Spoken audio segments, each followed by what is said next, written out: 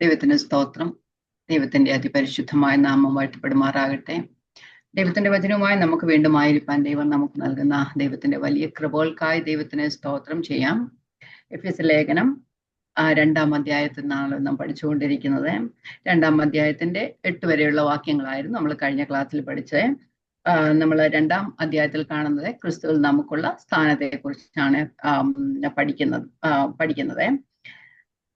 1 മുതൽ 3 വരെയുള്ള വാക്യങ്ങൾ നാം ആരായിരുന്നു എന്നാണ് പറയുന്നത്. നമ്മളുടെ പണ്ടത്തെ ക്രിസ്തുവിനെ അറിയുന്നതിന് മുമ്പ് നമ്മളുടെ സ്ഥിതി എന്തായിരുന്നു? അതിക്രമങ്ങളാലും പാപങ്ങളാലും മരിച്ചവരായിരുന്നു എന്ന് നമ്മൾ പഠിച്ചു.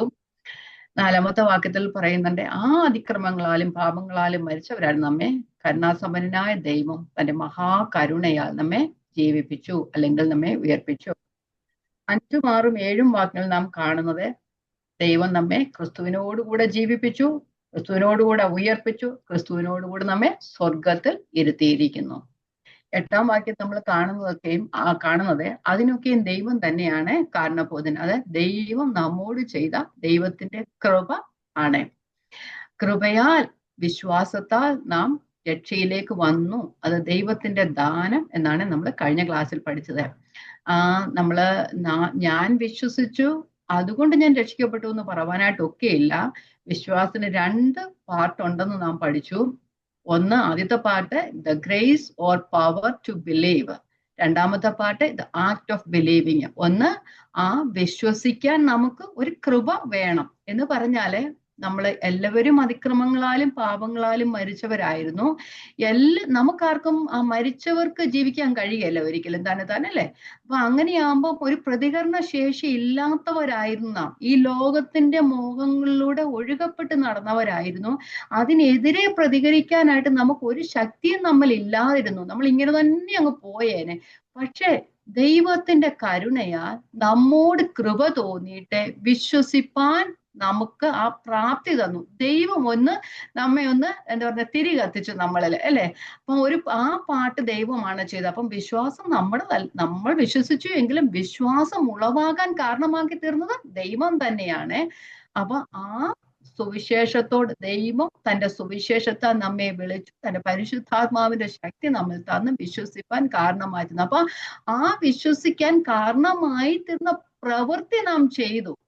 അത്രയേ ഉള്ളൂ. വിശ്വസിപ്പാൻ കാരണമായി ദൈവമാണ് ഇവിടെ പ്രവർത്തിച്ചത്. പക്ഷെ ആ ദൈവം നമുക്ക് നൽകിയ ശക്തിയാൽ നാം വിശ്വസിപ്പാൻ കാരണമായി തീർന്നു. അങ്ങനെ നമ്മൾ നോക്കുമ്പോൾ നമ്മുടെ രക്ഷയുടെ എല്ലാ തലങ്ങളിലും ദൈവത്തിന്റെ കൃപയാലാണ്. നമുക്ക് സ്വന്തമായിട്ട് ഒന്നും ചെയ്യുവാൻ കഴിവില്ലായിരുന്നു, നമുക്ക് പ്രാപ്തിയില്ലായിരുന്നു.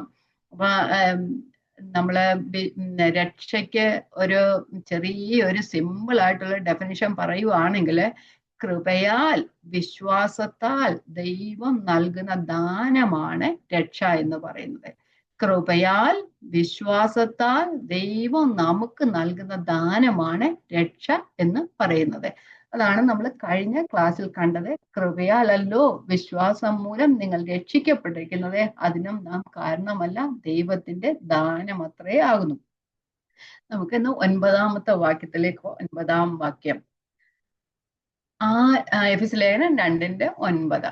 ആരും പ്രശംസിക്കാതിരിപ്പാൻ പ്രവൃത്തികളും കാരണമല്ല. അപ്പം കൃപയാൽ വിശ്വാസം മൂലം രക്ഷിക്കപ്പെട്ടു നാം പഠിച്ചു. അത് വിശ്വാസവും നമ്മുടേതല്ല, ദൈവം നമ്മൾ പ്രവർത്തിച്ചത് കൊണ്ട് നാം വിശ്വസിപ്പാൻ കാരണമായി. കാരണം നമ്മൾ തന്നെ നമുക്ക് വിശ്വസിപ്പാൻ ഒരു ശക്തിയും ഇല്ലായിരുന്നു, നമുക്ക് അതിനുള്ള ഒരു ഇത് ഇല്ലായിരുന്നു. ദൈവത്തിന്റെ കൃപയാൽ നമ്മെ വിശ്വസിപ്പാൻ കാരണമായി. അത് നമ്മുടെ പ്രവൃത്തികളും, ആരും പ്രശംസിക്കാതിരിപ്പാൻ പ്രവൃത്തികളും കാരണമല്ല.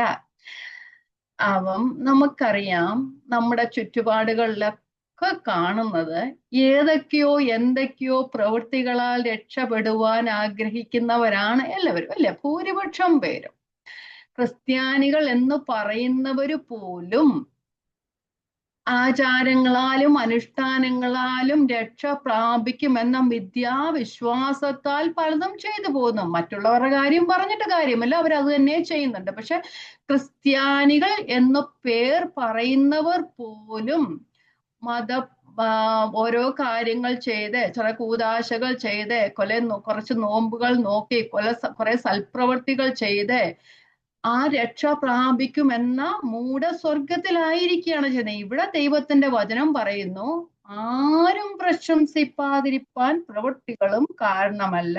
അപ്പം രക്ഷയെന്ന് പറയുന്നത് പ്രവൃത്തികളുടെ യോഗ്യതകളാൽ അല്ലെങ്കിൽ യോഗ്യതയാൽ നമുക്ക് നേടാൻ കഴിയുന്നതല്ല. എക്സാമ്പിൾ പറയുകയാണെങ്കിൽ, രക്ഷ വിശ്വാസം മൂലം മാത്രമാണ്. നമ്മൾ നോക്കുകയാണെങ്കിൽ സ്നാനത്താൽ ആർക്കെങ്കിലും രക്ഷിക്കപ്പെടുവാൻ കഴിയുമോ? ഒരിക്കലുമില്ല. അതുപോലെ സഭയിലെ അംഗത്വം, അതുകൊണ്ട് നമുക്ക് രക്ഷ കിട്ടുമോ? ഒരു സഭയിലെ ഇവിടുത്തെ ഏതെങ്കിലും ഒരു സഭയിലെ അംഗത്വം കൊണ്ട് ദൈവത്തെ പ്രസാദിപ്പിക്കാനോ രക്ഷ നേടുവാനോ കഴിയുകയില്ല. അതുപോലെ തന്നെ സഭായോഗങ്ങളിൽ ഞാൻ എന്നും പോകുന്നുണ്ട്, അത് നമുക്ക് രക്ഷയ്ക്ക് കാരണമായി തീരുമോ? ഒരിക്കലുമില്ല. ഞാൻ തിരുവത്താഴത്തിൽ എന്നും പങ്കെടുക്കുന്നുണ്ട്, അതുകൊണ്ട് നമുക്ക് രക്ഷ പ്രാപിപ്പാൻ കഴിയുന്നുണ്ടോ? ഞാൻ 10 കൽപ്പനകൾ പ്രമാണിക്കുന്നുണ്ട്, അതുകൊണ്ട് നമുക്ക് രക്ഷ പ്രാപിപ്പാൻ കഴിയുന്നുണ്ടോ? അല്ല. നമ്മുടെ സോഷ്യൽ ലൈഫ് അല്ലെങ്കിൽ നമ്മുടെ ജീവിത രീതി നോക്കിയാലും മറ്റുള്ളവരെക്കാളും നല്ലവണ്ണം ഞാൻ ജീവിക്കുന്നു, ഞാൻ മര്യാദയ്ക്ക് ജീവിക്കുന്നു, ഞാൻ കുടിക്കുന്നില്ല, ഞാൻ പുകവലിക്കുന്നില്ല, ഞാൻ വേണ്ടാത്ത കാര്യങ്ങൾ ചെയ്യുന്നില്ല, ഞാൻ സിനിമ കാണുന്നില്ല, ഞാൻ അത് ചെയ്യുന്നില്ല, ഞാൻ ഇത് ചെയ്യുന്നില്ല. അങ്ങനെ പരീക്ഷന്മാരുടെ ഓരോ കാര്യങ്ങൾ, ഞാൻ അത് ചെയ്യുന്നില്ല, ഇത് ചെയ്യുന്നില്ല എന്ന് പറഞ്ഞാൽ എനിക്ക് രക്ഷപ്പെടുത്താൻ കഴിയുമോ? ഒരിക്കലുമില്ല. അപ്പൊ നമ്മൾ നല്ല പ്രവൃത്തി ചെയ്യുന്നത് കൊണ്ടോ, നാം ചില കാര്യങ്ങൾ കൂടെ ചെയ്യുന്നത് കൊണ്ടോ, ചില സഭാ അനുഷ്ഠാനങ്ങൾ മതത്തിന്റെ ആചാരങ്ങൾ അനുഷ്ഠിക്കുന്നത് കൊണ്ടോ ദൈവത്തിലേക്ക് അങ്ങനെയുള്ളവർക്കാർക്കും പ്രവേശനമില്ല. രക്ഷ വിശ്വാസത്താൽ മാത്രമാണ്. അപ്പം വിശ്വാസവും പ്രവൃത്തിയും ഒരുമിച്ച് പോകുന്നതല്ല.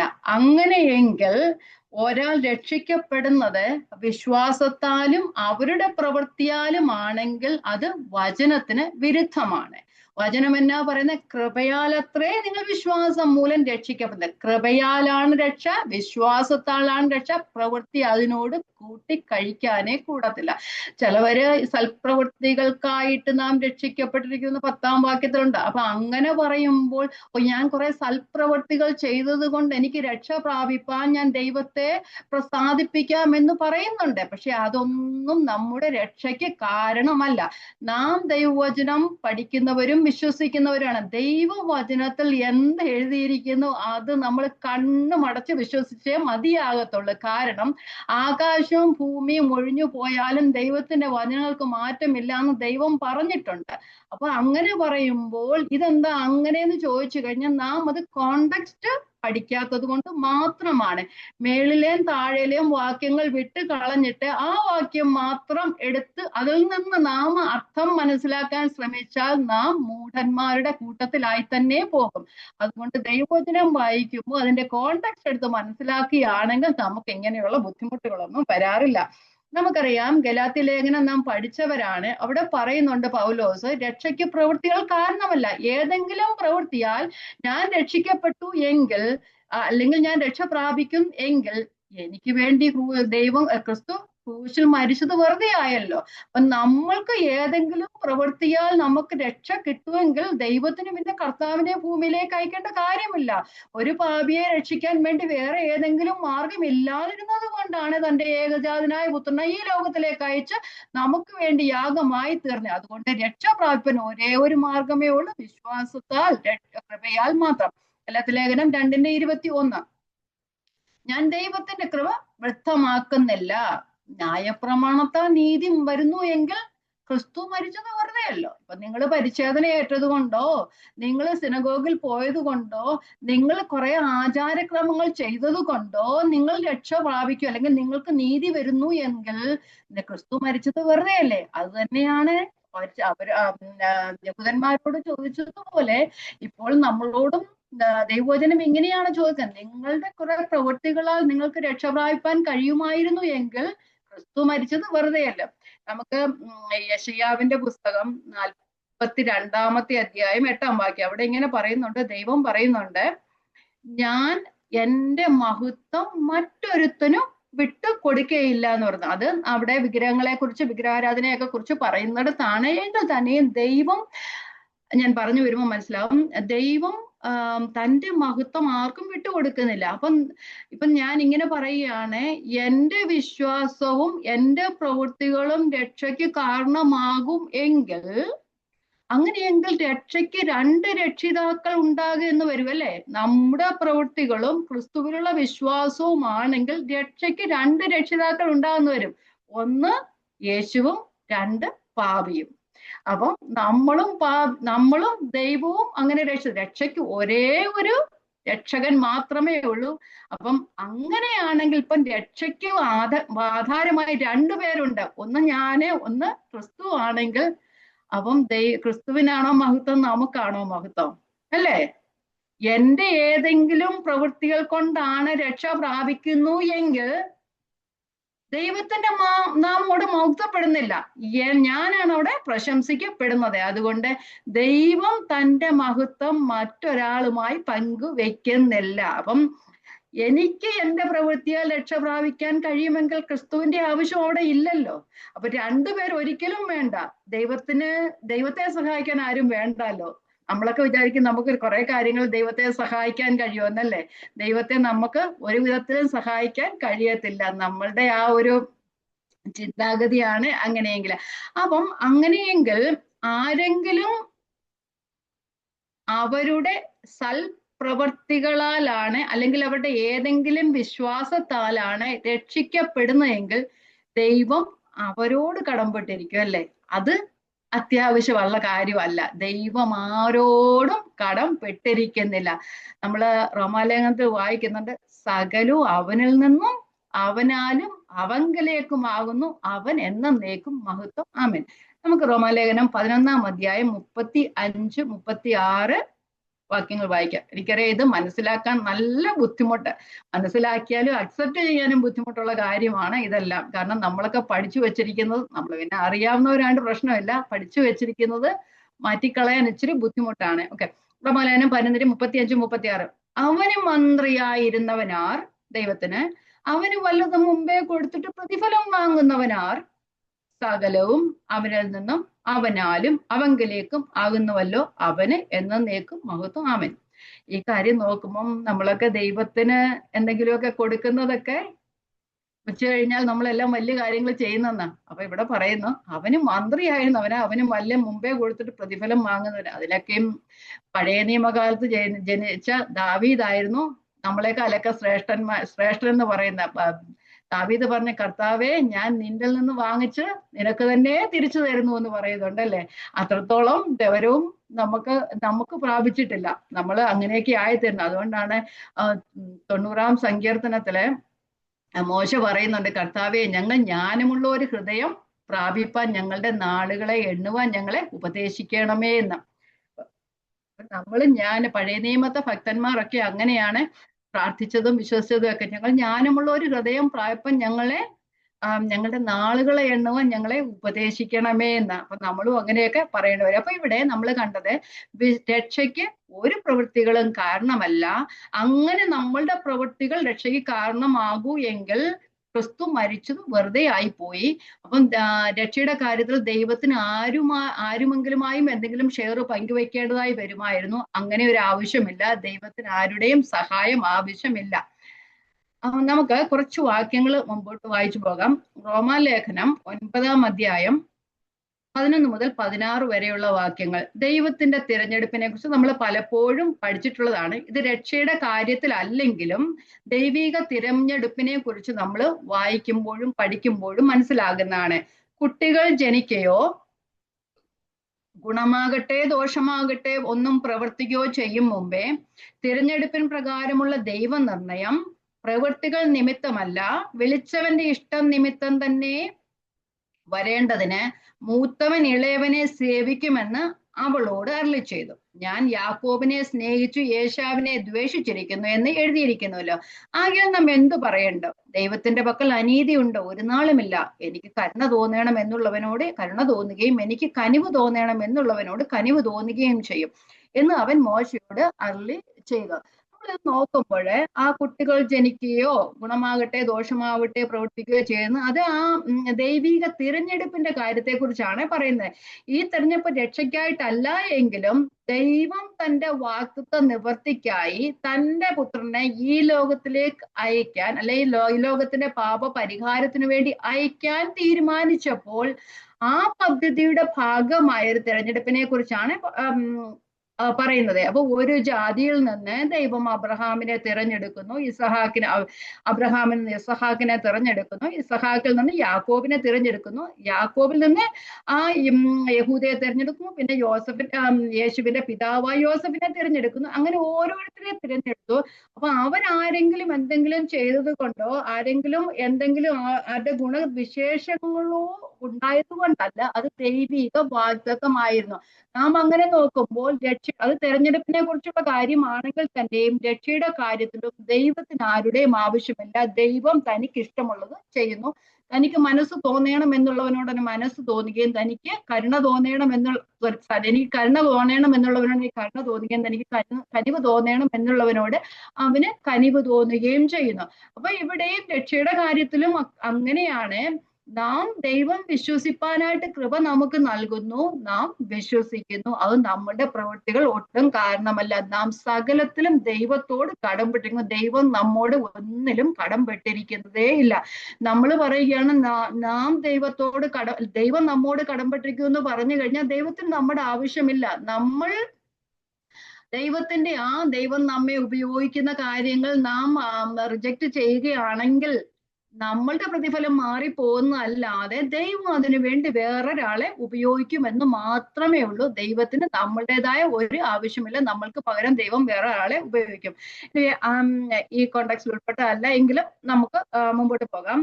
നമ്മൾ റോമാലേഖനം 9:16 അതുകൊണ്ട് ഇച്ഛിക്കുന്നവനാലല്ല ഓടുന്നവനുമാലല്ല കരുണ തോന്നുന്ന ദൈവത്താൽ അത്രേ സാധ്യമാകുന്നത്. നമ്മള് റോമാലേഖനം 11:6 പറയുന്നുണ്ട്, കൃപയാലെങ്കിൽ പ്രവൃത്തിയാലല്ല, അല്ലെങ്കിൽ കൃപയല്ല. കൃപ എന്ന് പറയുന്ന ദാനമാണ്, അത് ദൈവത്തിന്റെ ദാനമാണ്. അത് പ്രവൃത്തിയാൽ ഒരിക്കലുമല്ല. കൃപയാലെങ്കിൽ പ്രവൃത്തിയാലല്ല, അല്ലെങ്കിൽ കൃപയല്ല. പ്രവൃത്തിയാൽ നാം എന്തെങ്കിലും ചെയ്തുകൊണ്ട് നമുക്ക് രക്ഷ പ്രാപിക്കാമെന്ന് വെച്ചാൽ അത് ദൈവത്തിന്റെ കൃപയേ അല്ല. ഈ ലേഖനത്തിൽ തന്നെയല്ല, തീമത്യോസിന്റെ ലേഖനത്തിലും പറഞ്ഞിട്ടുണ്ട്. നമുക്കൊന്ന് വായിക്കാം. 2 തീമത്യോസ് 1:9-10 വാക്യങ്ങൾ. 2 തീമത്യോസ് 1:9-10. അവൻ നമ്മെ രക്ഷിക്കുകയും വിശുദ്ധ വിളി കൊണ്ട് നമ്മെ വിളിക്കുകയും ചെയ്തത് നമ്മുടെ പ്രവൃത്തികൾ നിമിത്തമല്ല, സകല കാലത്തിനും മുമ്പേ ക്രിസ്തുവേശുവിൽ നമുക്ക് നൽകിയിരിക്കുന്നു. ഇപ്പോൾ മരണം നീക്കുകയും സുവിശേഷം കൊണ്ട് ജീവനും അക്ഷയതയും വെളിപ്പെടുത്തുകയും ചെയ്ത് നമ്മുടെ രക്ഷിതാവായി ക്രിസ്തുവേശുവിന്റെ പ്രത്യക്ഷതയാൽ വെളിപ്പെട്ടിരിക്കുന്നതുമായ തന്റെ സ്വന്തം നിർണയത്തിലും കൃപയ്ക്കും ഒത്തവണ്ണം മാത്രമേ. അപ്പൊ നമ്മുടെ പ്രവൃത്തികൾ നിമിത്തമല്ല, ദൈവത്തിന്റെ കൃപയാൽ ആണ്. പഴയ നിയമത്തിലും അത് തന്നെയാണ് നാം കാണുന്നത്. ദൈവം മനുഷ്യനെ വിളിക്കുന്നത് ദൈവത്തിന്റെ കൃപയാലാണ്, നമ്മൾ എന്തെങ്കിലും ചെയ്തതുകൊണ്ടേ അല്ല. നമുക്കറിയാം, റോമാലേഖനം 4:2 നമ്മൾ വായിക്കുമ്പോൾ അബ്രഹാം പ്രവൃത്തിയാൽ നീതീകരിക്കപ്പെട്ടു എങ്കിൽ അവനെ പ്രശംസിപ്പാൻ സംഗതി കൊണ്ട് ദൈവസന്നിധി ഇല്ലതാനും. അപ്പൊ ദൈവസന്നിധിയിൽ അബ്രഹാമിന് ഒരിക്കലും പ്രശംസിപ്പാൻ ഒക്കില്ല. വിശ്വാസികളുടെ പിതാവെന്ന് വിളിക്കപ്പെട്ട അബ്രഹാം നീതീകരിക്കപ്പെട്ടത് തന്റെ പ്രവൃത്തിയാലല്ല, ദൈവത്തിന്റെ കൃപയാലാണ്, വിശ്വാസത്താലാണ് അവിടെയും നീതീകരിക്കപ്പെടുവാനായിട്ട് കാരണമായി തീരുന്നത്. അപ്പം ഇതിന്റെ സമ്മറി ഒന്ന് നോക്കിയാൽ 8-9 വാക്യങ്ങൾ നോക്കിയാൽ നമ്മൾക്കാർക്കും പ്രതികരിക്കാനായിട്ട് നമുക്ക് കഴിവില്ലായിരുന്നു. നമ്മളെല്ലാവരും പാപികളായിരുന്നു. ഡെഡ് ബോഡി പോലെ നമ്മൾ ഒഴുകപ്പെട്ടു പോയവരായിരുന്നു. ഒരു രീതിയിലും ദൈവത്തോട് അടുക്കുവാൻ നമുക്ക് യോഗ്യതയില്ലായിരുന്നു, നമുക്ക് കഴിവില്ലായിരുന്നു. കാരണം വിശുദ്ധനായ ദൈവത്തിന്റെ അടുക്കലേക്ക് എങ്ങനെയാ പാപി വരുന്നത്? ഒരിക്കലും അങ്ങനെ നടക്കത്തില്ല. അങ്ങനെ നമ്മൾ പാപത്തിന് അടിമപ്പെട്ടവരായിരുന്നു. നമ്മൾ നോക്കുമ്പോൾ പാപം നമുക്കെതിരെ പ്രവർത്തിച്ചു കൊണ്ടിരുന്നു. അങ്ങനെ വന്നപ്പോൾ ദൈവം നമുക്ക് വേണ്ടി പ്രവർത്തിക്കുകയാണ് ചെയ്തത്. അപ്പം നമുക്ക് രക്ഷിക്കപ്പെടുവാനോ ദൈവത്തോട് സമാധാനം പ്രാപിപ്പാനോ നമുക്ക് ആകണമെങ്കിൽ ദൈവത്തിന്റെ കൃപ ലഭിക്കണം. അപ്പം ദൈവത്തിന്റെ കൃപയാൽ സുവിശേഷത്താൽ ദൈവം നമ്മെ വിളിക്കുന്നു. നമ്മള് സുവിശേഷത്താൽ പാപങ്ങളെ വിട്ട് മാനസാന്തരപ്പെടുവാൻ ദൈവം നമ്മോട് അപേക്ഷിക്കുന്നു. അപ്പോൾ നാം ആ സുവിശേഷം കേട്ട് അതിനെ അക്സെപ്റ്റ് ചെയ്യുക. അക്സെപ്റ്റ് ചെയ്യാത്തവർ നിത്യനരകത്തിലേക്ക് പോകും, അക്സെപ്റ്റ് ചെയ്യുന്നവർ നീതിയിലേക്ക്, നിത്യജീവനിലേക്ക് പോകും. പക്ഷെ ആ അക്സെപ്റ്റ് ചെയ്യണമെങ്കിൽ പരിശുദ്ധാത്മാവിന്റെ ശക്തി നമ്മളിൽ വേണം. Power to believe. നമുക്കത് വിശ്വസിക്കാൻ ദൈവം ശക്തി തരുന്നു. പരിശുദ്ധാത്മാവിനാൽ ആ സുവിശേഷത്താൽ നമ്മെ വിളിക്കുന്നു. പരിശുദ്ധാത്മാവിനാൽ നമുക്ക് വിശ്വസിപ്പാനുള്ള കൃപ തരുന്നു. നാം അങ്ങനെ നമ്മുടെ പാപ വഴികളെ വിട്ട് മാനസാന്തരപ്പെട്ട് ദൈവത്തിങ്കിലേക്ക് വരുന്നു.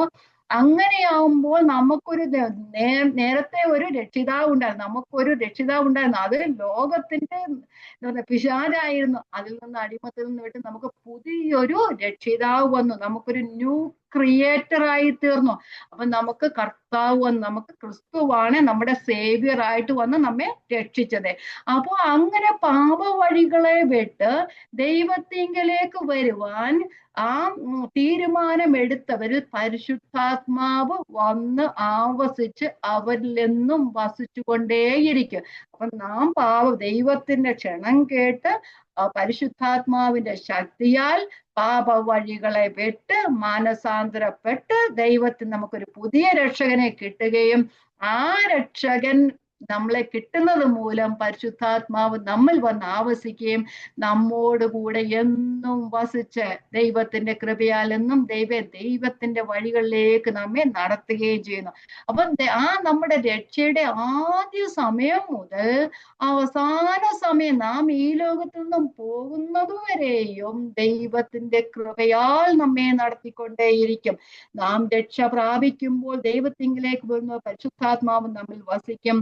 പക്ഷെ നമ്മൾ ഈ ലോകത്തിൽ ജീവിക്കുമ്പോൾ പാപത്തിനെതിരെ പ്രവർത്തിക്കുവാൻ വേണ്ടിയിട്ട് ദൈവത്തിന്റെ പരിശുദ്ധാത്മാവ് നമ്മെ ഹെൽപ്പ് ചെയ്യുകയും നാം പാപ വഴികളെ വിട്ടുമാറി ദൈവത്തോട് കൂടെ എന്നും ചേർന്ന് ജീവിപ്പാനായിട്ട് ഇടയായി തീരുകയും ചെയ്തു. അതും നമ്മുടെ ഇതല്ല, ദൈവത്തിന്റെ കൃപയാൽ മാത്രമേ നമുക്ക് കഴിയത്തുള്ളൂ. നമ്മളിപ്പോൾ ജഡശരീരത്തിലാ ജീവിക്കുന്നതുകൊണ്ട് നാം പാപത്തിന്റെ ആ ആകർഷണ വലയത്തിൽ നിന്ന് നാം ഒട്ടും വിട്ടുപോയിട്ടില്ല. ഈ ലോകത്ത് നിന്ന് മാറിപ്പോയാലേ അതിന്റെ ആകർഷണ വലയത്തിൽ നിന്ന് നമുക്ക് മാറിപ്പോകാനായിട്ട് കഴിയത്തുള്ളൂ. അതുകൊണ്ട് നാം എപ്പോഴും ആ പാപത്തിന്റെയും സാത്താന്റെയും ആകർഷണ വലയത്തിലായിരിക്കുമ്പോൾ ദൈവത്തിന്റെ കൃപയാൽ, നമ്മിലുള്ള പരിശുദ്ധാത്മാവിന്റെ ശക്തിയാൽ ദൈവം നമ്മെ ആ പാപ വഴികളിലേക്ക് പിന്നെയും തിരിയാതെ വണ്ണം ഓരോ ദിവസവും ദൈവം നടത്തിക്കൊണ്ടേയിരിക്കുന്നു. നമ്മൾ സകല കൃപയും പെരുക്കുവാൻ ദൈവം ശക്തനാകുന്നു. വിളിച്ച ദൈവം വിശ്വസ്തനാണ്. അന്ത്യം വരെയും നടത്തുവാൻ ദൈവം മതിയായവനാണ്. നമുക്ക് അടുത്ത വാക്യത്തിലേക്ക് പോകാം. 10ാമത്തെ വാക്യം. നാം അവന്റെ കൈപ്പണിയായി സൽപ്രവൃത്തികൾക്കായിട്ട് ക്രിസ്തുവേശുവിൽ സൃഷ്ടിക്കപ്പെട്ടവരാകുന്നു. നാം ചെയ്തു പോരേണ്ടതിന് ദൈവം അവ മുന്നൊരുക്കിയിരിക്കുന്നു. നാം അവന്റെ കൈപ്പണി, നാം ദൈവത്തിന്റെ കൈപ്പണി, ദൈവത്തിന്റെ വർക്ക്മാൻഷിപ്പ്, ദൈവത്തിന്റെ മാസ്റ്റർ പീസ്. നമുക്കറിയാം, ആദിയിൽ ദൈവം ആകാശവും ഭൂമിയും സൃഷ്ടിച്ചു. അതിലുള്ള സകല ചരാചരങ്ങളെയും സൃഷ്ടിച്ചു. എല്ലാവരെയും തൻ്റെ വായ് കൊണ്ട് അല്ലെങ്കിൽ തൻ്റെ വചനം കൊണ്ട് സൃഷ്ടിച്ചപ്പോൾ ദൈവം നമ്മെ തൻ്റെ കൈയാൽ സൃഷ്ടിച്ചു. മനുഷ്യനെ സ്വന്തം സാദൃശ്യത്തിലും ദൈവത്തിന്റെ സാദൃശ്യത്തിലും സ്വരൂപത്തിലും ദൈവം നമ്മെ സൃഷ്ടിച്ചു. പക്ഷേ ആ കൈപ്പണിയാൽ, ദൈവത്തിന്റെ കൈയാൽ സൃഷ്ടിച്ചു എങ്കിലും മനുഷ്യൻ പാപം ചെയ്തതുപോലും മനുഷ്യൻ വിരൂപരായി തീർന്നു. ആ വിരൂപരായ മനുഷ്യരെ ദൈവത്തിന്റെ തേജസ് നഷ്ടപ്പെട്ട് പാപം ചെയ്തു പോയ മനുഷ്യരെ വീണ്ടും രക്ഷിക്കുന്നതിനു വേണ്ടി ആ പുത്രന്റെ സ്വരൂപത്തിലേക്ക് കൊണ്ടുവരുവാൻ വേണ്ടി ദൈവം തന്റെ പുത്രനെ ഈ ലോകത്തിലേക്ക് അയച്ച് നമുക്ക് വേണ്ടി പാപയാഗമായി തീർന്നു. അങ്ങനെ ഒരുവൻ ക്രിസ്തുവിൽ നമ്മൾ ക്രിസ്തുവിൽ വിശ്വസിച്ചത് വരെ ഇതുവരെ പറഞ്ഞു വന്നേ അല്ലെ. അപ്പം അങ്ങനെ ഒരുവൻ ക്രിസ്തുവിൽ വിശ്വസിച്ച് കഴിയുമ്പോൾ പുതിയ സൃഷ്ടിയാകുന്നു. 2 കൊരിന്ത്യർ 5:17. ഒരുത്തൻ ക്രിസ്തുവിലായാൽ അവൻ പുതിയ സൃഷ്ടിയാകുന്നു, പഴയത് കഴിഞ്ഞു പോയി, ഇതാ അത് പുതുതായി തീർന്നിരിക്കും. പഴയതേ കഴിഞ്ഞു പോയി. അപ്പൊ അത് പുതുതായി തീർന്നിരിക്കും. അപ്പൊ നാം പുത്രന്റെ വിരൂപരായിത്തീർന്ന മനുഷ്യർ എന്ന് പറഞ്ഞ അതിക്രമങ്ങളാലും പാപങ്ങളാലും മരിച്ചിരുന്ന മനുഷ്യരെ ദൈവം സുവിശേഷത്താൽ വിളിച്ച് വിശ്വാസത്താൽ രക്ഷയിലാക്കി തീർത്തു. അപ്പോൾ നാം പുതിയ മക്കളായി തീർന്നു, അല്ലെ പുത്രന്റെ ക്രിസ്തുവിൽ പുതിയ സൃഷ്ടിയായി തീർന്നു. അപ്പൊ ആ സൃഷ്ടിയാൽ ആയി തീർന്നത് മൂലം ദൈവം നമ്മിൽ പണി ആരംഭിച്ചുകൊണ്ടേയിരിക്കുന്നു. നാം ആദ്യം മുതൽ പറഞ്ഞു വരികയാണെങ്കിൽ പാപം നമുക്കെതിരെ പ്രവർത്തിച്ചതിനെ കുറിച്ചാണ് എഫേസ്യ ലേഖനം 2:1 മുതൽ 3 വരെയുള്ള വാക്കിൽ പഠിച്ച. കാരണം നമ്മൾ അതിക്രമങ്ങളാലും പാപങ്ങളാലും മരിച്ചവരായിരുന്നത്. പാപം നമുക്കെതിരെ പ്രവർത്തിച്ചു. അപ്പോൾ പാപം നമുക്കെതിരെ പ്രവർത്തിച്ച ആ സമയത്ത്, അല്ലെങ്കിൽ ദൈവം നമ്മെ രക്ഷിക്കാൻ തീരുമാനിച്ചപ്പോൾ ദൈവം നമുക്ക് വേണ്ടി പ്രവർത്തിച്ചു.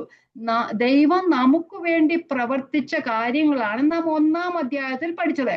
അതിന്റെ ഫസ്റ്റ് സ്റ്റെപ്പ് എന്ന് പറഞ്ഞാല് ദൈവം സ്നേഹത്താൽ നമ്മെ തിരഞ്ഞെടുത്തു, ദൈവം നമ്മെ മുൻ നിയമിച്ചു, ദൈവം നമ്മെ വീണ്ടെടുത്തു, പരിശുദ്ധാത്മാവിനാൽ നമ്മെ മുദ്രയിട്ടു. അപ്പം പാപം നമുക്കെതിരെ പ്രവർത്തിച്ചപ്പോൾ ദൈവം നമുക്ക് വേണ്ടി പ്രവർത്തിച്ചു. നമ്മളെ ജെയിംസ്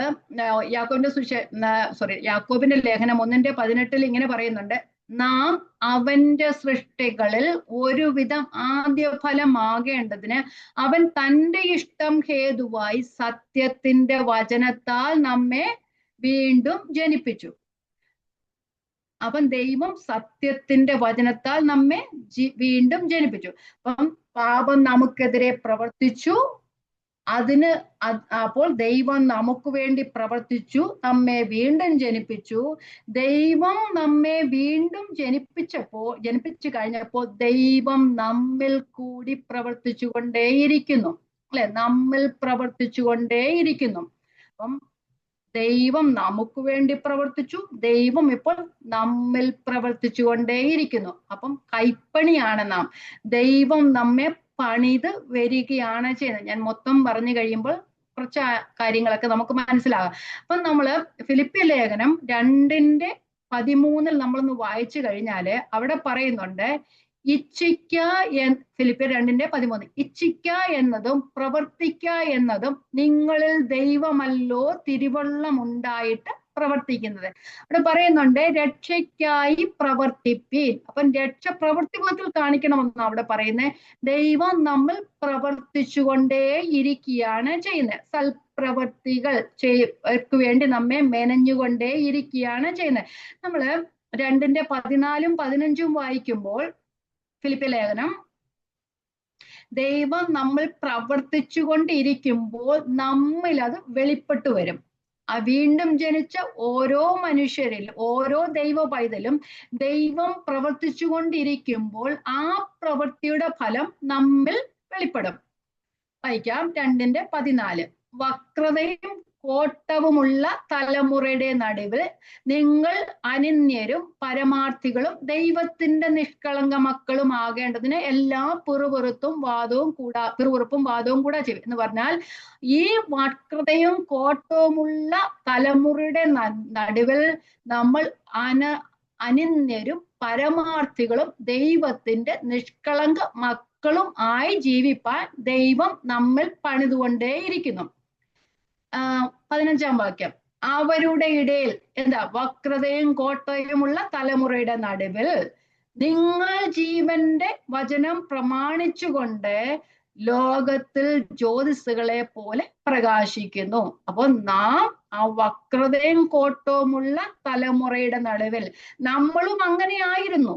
അതിക്രമങ്ങളാലും പാപങ്ങളാലും മരിച്ചവരായിരുന്ന നമ്മെ ദൈവം തന്റെ കൃപയാൽ വീണ്ടെടുത്ത് ആ ലോകത്തിൽ തന്നെ ആക്കിയിട്ട് ദൈവത്തിന്റെ പരിശുദ്ധാത്മാവിനെ നമ്മുടെ ഉള്ളിൽ കൂടെ പ്രവർത്തിപ്പിച്ചുകൊണ്ട് ആ വക്രതയും കോട്ടവുമുള്ള തലമുറയുടെ നടുവിൽ നാം അനിന്യരും പരമാർത്ഥികളും ദൈവത്തിന്റെ നിഷ്കളങ്കവും മക്കളുമായിട്ട് ജീവിക്കേണ്ടതിന് ആ തലമുറയുടെ നടുവിൽ ജീവന്റെ വചനം പ്രമാണിച്ചുകൊണ്ട് ജ്യോതിസുകളെ പോലെ പ്രകാശിക്കുന്നു. എന്ന് വെച്ചാൽ നാം വെളിച്ചമായിരിക്കുവാൻ ദൈവം നമ്മെ ആക്കി വെച്ചിരിക്കുന്നു.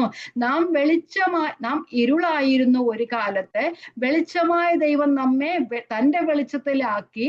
നാം ഈ ലോകത്തിൽ വെളിച്ചമാകുവാൻ നമ്മെ ആക്കിയിരിക്കുമ്പോൾ നാം വെളിച്ചം ആകേണ്ടതിനെ, അല്ലെങ്കിൽ വെളിച്ചമാകുന്നത് നമ്മളുടെ പ്രവൃത്തിയാലല്ല, ദൈവത്തിന്റെ കൃപയാലാണ്. ദൈവം നമ്മെ വെളിച്ചമാക്കിക്കൊണ്ടേയിരിക്കുന്നു. പറയുന്നുണ്ട്, നിങ്ങൾ ലോകത്തിന്റെ വെളിച്ചമാകുന്നു. നമുക്ക് വെളിച്ചം ആകുവാൻ കഴിയുകയില്ല. ദൈവം നമ്മിൽ പ്രവർത്തിച്ചുകൊണ്ട് ഇരിക്കുമ്പോൾ മാത്രമാണ്, പ്രവർത്തിക്കുന്നതിന്റെ ഫലമായിട്ടാണ് നാം വെളിച്ചമാകുവാൻ, നാം വെളിച്ചത്തിന്റെ പ്രവൃത്തി ചെയ്യുവാൻ നമുക്ക് കാരണമായി തീരുന്നത്. അപ്പൊ നാം ലോകത്തിൽ ജ്യോതിസുകളെ പോലെ ആയിത്തീർന്ന. അപ്പൊ നമ്മള് 2:7 വാക്യത്തിൽ പറഞ്ഞു, നാം സ്വർഗത്തിൽ ക്രിസ്തുവിനോട് കൂടെ ഇരുത്തിയിരിക്കുന്നു, അല്ലെ? അപ്പൊ നാം ആത്മീയമായി പറയുകയാണെങ്കിൽ നാം സ്വർഗത്തിൽ ഇരിക്കുകയാണ്. നമ്മെ ദൈവം ക്രിസ്തുവിനോട് കൂടെ നിങ്ങൾ എന്നോട് കൂടെ വരണം, നമ്മെ ദൈവം ക്രിസ്തുവിനോട് കൂടെ ഉയർപ്പിച്ച് സ്വർഗത്തിൽ ഇരുത്തിയിട്ട് ഈ താണഭൂമിയിൽ ജീവിക്കാൻ അനുവദിച്ചിട്ട് ഈ താണഭൂമിയിൽ ജ്യോതിസുകളെ പോലെ ആയിരിക്കാൻ നമ്മെ പ്രാപ്തരാക്കുന്നു. അത് ദൈവത്തിന്റെ പണി നമ്മൾ നടന്നുകൊണ്ടിരിക്കുകയാണ്. നമ്മൾക്കൊരിക്കലും ഈ ലോകത്തിൽ ജ്യോതിസുകളെ പോലെ പ്രവർത്തിക്കാനായിട്ട് കഴിയുകയില്ല. നാം സ്വർഗത്തിൽ ഇരിക്കുവാണെങ്കിൽ നമുക്ക് ചിലപ്പോൾ ജ്യോതിസുകളായി തീരുമായിരിക്കും. പക്ഷെ ഈ ലോകത്തിൽ ഇരുന്നു കൊണ്ട് നമുക്ക് ജ്യോതിസുകളെ പോലെ പ്രവർത്തിക്കാൻ ഒക്കുകയില്ല. അതുകൊണ്ട് ദൈവം നമ്മെ പണിഞ്ഞുകൊണ്ടേയിരിക്കുന്നു. പഴയ സൃഷ്ടിയിൽ ദൈവം മനുഷ്യനെ തന്റെ കയ്യാൽ സ്വരൂപത്തിലും സാദൃശ്യത്തിലും സൃഷ്ടിച്ചതുപോലെ ഈ താണഭൂമിയിലും തന്റെ പുത്രനാൽ വീണ്ടെടുക്കപ്പെട്ട തന്റെ ജനത്തെ താൻ ഇപ്പോഴും തന്റെ പരിശുദ്ധാത്മാവിനാൽ പണിതുകൊണ്ടേയിരിക്കുന്നു. എന്തിനു വേണ്ടിയാണ്? ഈ ലോകത്തിൽ നാം ജ്യോതിസുകളെ പോലെ പ്രകാശിക്കണം. വരും ലോകത്തിൽ പുത്രനെ പോലെ അവിടെയും തേജസ്സിൽ കാണപ്പെടുവാൻ ദൈവം നമ്മെ അനുവദിക്കുന്നു. അപ്പൊ നമ്മൾ പറഞ്ഞു കഴിഞ്ഞാൽ we are sitting in heaven and walking on earth. അപ്പം നമ്മൾ സ്വർഗത്തിൽ ഇരിക്കുകയാണ്, ഭൂമിയിൽ നടക്കുകയാണ്. പക്ഷെ നാം ഭൂമിയിൽ നടക്കുമ്പോൾ ശേഷം മനുഷ്യരെ പോലെ അല്ല നടക്കേണ്ടത്, ദൈവത്തിന്റെ മക്കളെ പോലെ പരമാർത്ഥികളായി നിഷ്കളങ്കരായി ദൈവത്തിന്റെ നിഷ്കളങ്ക മക്കളെ പോലെ ലോകത്തിൽ ജീവന്റെ വചനം പ്രമാണിച്ചുകൊണ്ട് ജ്യോതിസുകളെ പോലെ നടക്കണം. സ്വർഗത്തിൽ ഇരുത്തിയിരിക്കുന്നു എന്ന് പറഞ്ഞാൽ അതിന്റെ അർത്ഥം ഭൂമിയിൽ നാം ജ്യോതിസുകളെ പോലെ പ്രകാശിക്കണം. ഓക്കെ, മുമ്പോട്ട് പോകാം. നമുക്കറിയാം 2 കൊരിന്ത്യർ ലേഖനം 2-ാം അധ്യായത്തിൽ പൗലോസ് പറയുന്നുണ്ട്, ഞങ്ങൾക്ക് കഷ്ടതയുണ്ട്, പ്രയാസമുണ്ട്. ഞങ്ങളെ അവിടെ നമുക്കറിയാം ത്രോവാസിൽ വന്നപ്പോൾ അവിടുത്തെ പ്രശ്നങ്ങൾ കാരണം പൗലോസിനെ തിരിച്ചു പോകേണ്ടി വന്നു, തീത്തോസിനെ കാണാൻ തിരിച്ചു പോകണം.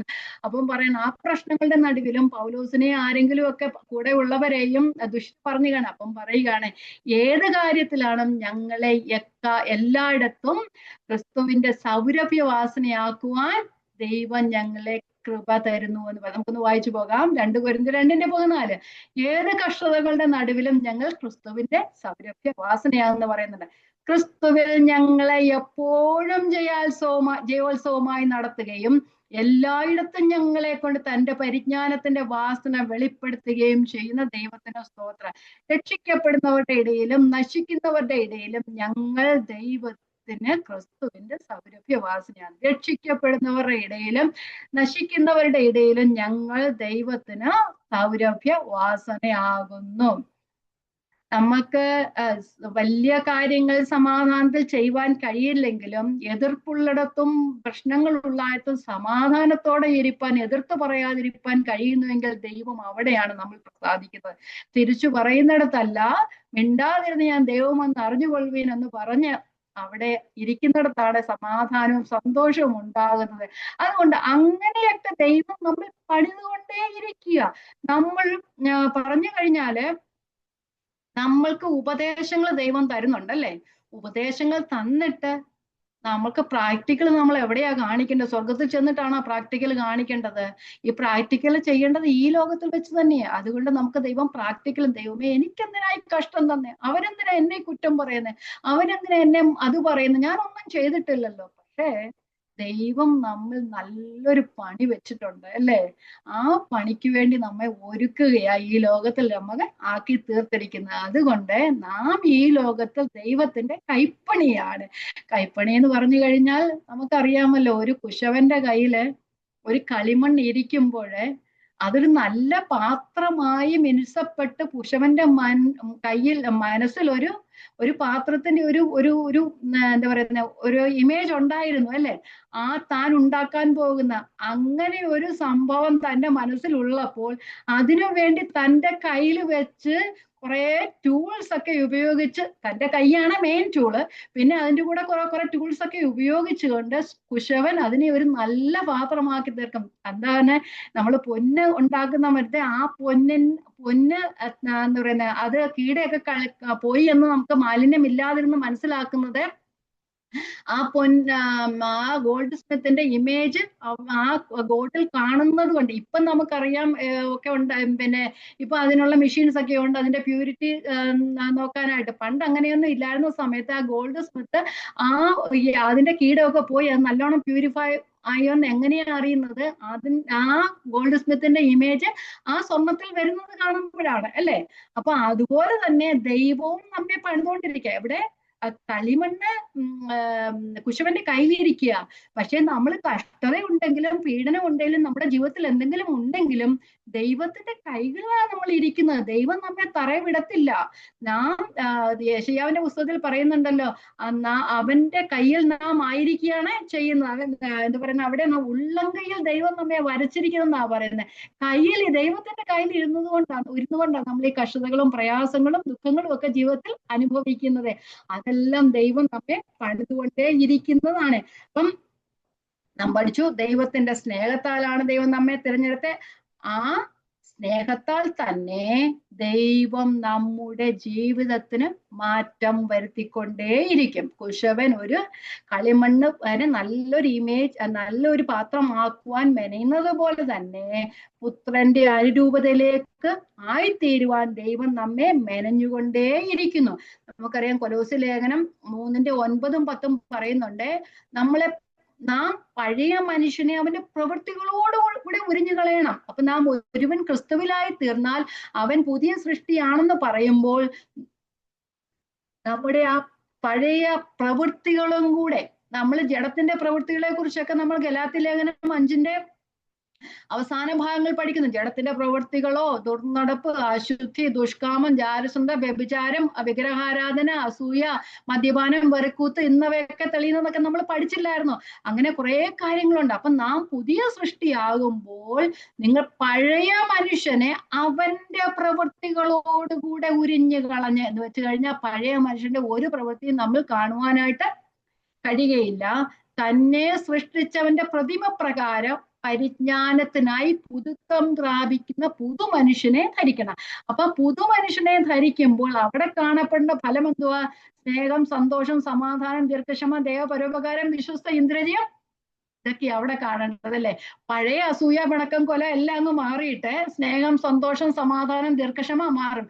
എങ്ങനെയായി തീരാനാ? നമ്മളെ കൊണ്ട് വല്ലതും ആയിത്തീരുമോ? ഒറ്റ നിമിഷം കൊണ്ട് ദൈവം നമ്മളെ മാറ്റി തീർക്കുകയാണ് ചെയ്യുന്നത്. പക്ഷെ നാം ദൈവത്തിന്റെ കയ്യിൽ കുശവന്റെ എന്താ പറയുന്നത്, കുശവന്റെ കയ്യിൽ കളിമണ്ണിരുന്ന് നീ എന്നെ എന്തിനാ ചമച്ചത്, എങ്ങനെ അങ്ങനെയൊക്കെ ചോദിച്ചു കഴിഞ്ഞാല് കുശവന് നല്ലൊരു മൺപാത്രമൊന്നും ഉണ്ടാക്കാനായിട്ട് ഒക്കത്തില്ല അല്ലേ?